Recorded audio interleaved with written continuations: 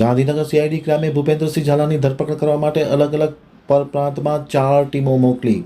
સાબરકાંઠાના ઝાલાનગર ખાતેથી ઝાલાની 3 અતિ લક્ઝરિયસ કાર ડિટેઇન કરી અને સીઆઈડી ક્રાઇમ ગાંધીનગર ખાતે લાવવામાં આવી.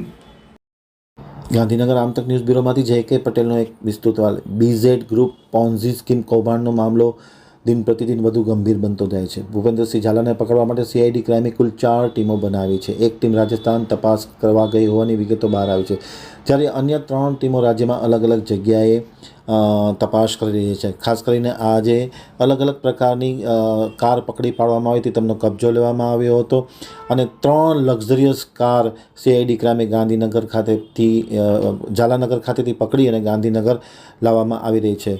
અત્રે ઉલ્લેખનીય છે કે સાબરકાંઠાના ઝાલાનગરથી 3 લક્ઝરિયસ કાર જપ્ત કરી ગાંધીનગર સીઆઈડી ક્રાઇમ કચેરી ખાતે રાખવામાં આવી છે. હિંમતનગરની એચડીએફસી સહિતની બેંકોમાં ટ્રાન્ઝેક્શન થયાનું સપાટી ઉપર આવ્યું છે. 100 જેટલા ખેડૂતોના ખાતામાં આ ટ્રાન્ઝેક્શન કરાયું છે. સીઆઈડી ક્રાઇમની તપાસમાં 175 કરોડનું ટ્રાન્ઝેક્શન થયાનું બહાર આવ્યું છે.